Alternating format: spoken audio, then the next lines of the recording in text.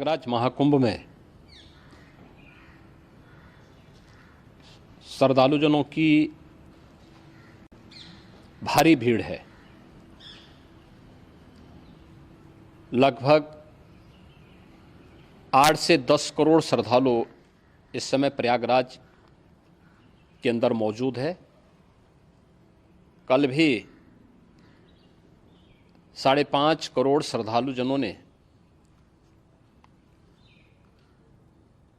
महाकुंभ का स्नान किया था।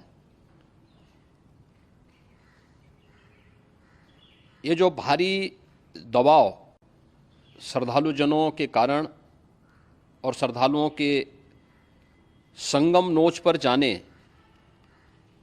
के कारण वहाँ पर एक बना हुआ है, लेकिन पूरा प्रशासन मौके पे वहाँ मौजूद है। रात्रि को 1 से 2 बजे के बीच में अखाड़ा मार्ग पर, जहाँ पे अखाड़ों के अमृत स्नान के दृश्य से बैरिकेड्स भी किए गए थे, तो बैरिकेड्स को फांद करके आने में कुछ श्रद्धालु गंभीर रूप से घायल हुए हैं। उन्हें तत्काल हॉस्पिटल में पहुंचा करके उपचार आदि की व्यवस्था उनके लिए की गई है। उनमें से कुछ श्रद्धालु गंभीर रूप से घायल हैं। लगातार प्रशासन स्थानीय स्तर पर श्रद्धालुओं की सकुशल स्नान कराने के दृष्टि से रात्रि को कल सायंकाल 6:30-7 बजे से ही मौनी अमावस्या का मुहूर्त प्रारंभ होने के बाद से ही लगातार लगा हुआ है। प्रयागराज में महाकुंभ में श्रद्धालुजनों के सकुशल स्नान करने, अमृत स्नान के लिए देश भर से आए हुए श्रद्धालुजनों की व्यवस्था के लिए, उनके कुशल क्षेम के लिए आदरणीय प्रधानमंत्री जी का प्रातःकाल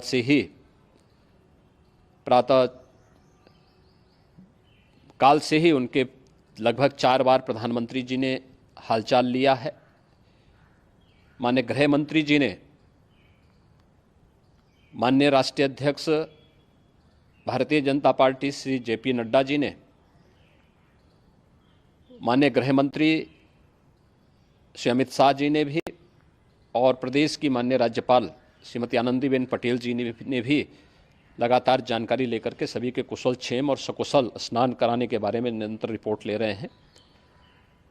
हम लोगों की प्रातःकाल से ही श्रद्धालुजन जो भी आए हैं वे स्नान कर सकें, इसके लिए यहाँ पे उच्च स्तरीय बैठक भी चल रही है, जिसमें मुख्य सचिव भी हैं, DGP हैं, प्रमुख सचिव गृह हैं, मुख्यमंत्री कार्यालय के अपर मुख्य सचिव के साथ ADG लॉ एंड ऑर्डर के साथ साथ अन्य वरिष्ठ अधिकारीगण मौजूद हैं। प्रयागराज में हालात वर्तमान में नियंत्रण में हैं, लेकिन भीड़ का दबाव बहुत बना हुआ है। अखाड़ा परिषद से जुड़े हुए पदाधिकारियों के साथ मैंने स्वयं भी बातचीत की है। आचार्य महामंडलेश्वरों से भी, पूज्य संतों के साथ भी मेरी बातचीत हुई है, और पूज्य संतों ने बड़ी ही विनम्रता के साथ इस बात को कहा है कि नहीं, श्रद्धालु जन पहले स्नान करेंगे और फिर जब उनका दबाव कुछ कम होगा और वे सकुशल वहाँ से निकल जाएंगे, तब हम लोग स्नान करने के लिए संगम की तरफ जाएंगे। अभी पहले श्रद्धालु जनों को, चूँकि देश भर से आए हैं, तो इसके लिए उन्हें सभी अखाड़े इसके लिए सहमत हैं और सभी लोग इस व्यवस्था के साथ जुड़े हुए हैं। लगातार इस दिशा में हम लोगों का प्रयास है कि जो अब तक प्रातःकाल से ही आपने देखा होगा, कल मैंने बताया कि कल लगभग 5.5 करोड़ श्रद्धालु कल महाकुंभ का स्नान किए हैं, और आज प्रातःकाल तक लगभग 8:30 बजे तक 3 करोड़ से अधिक श्रद्धालु स्नान कर चुके हैं, और ये लगातार जारी है। लेकिन संगम नोच पर, अखाड़ा मार्ग पर, नागवासुकी मार्ग पर लगातार दबाव बना हुआ है, और वहाँ पर श्रद्धालुजनों की सुविधा के लिए भी हर प्रकार की वहाँ पर प्रशासन पूरी मुस्तैदी के साथ लगा हुआ है। और इसीलिए मेरी अपील है पूरे प्रदेशवासियों से, पूरे देशवासियों से और सभी श्रद्धालुओं से भी, सभी पूज्य संतों से भी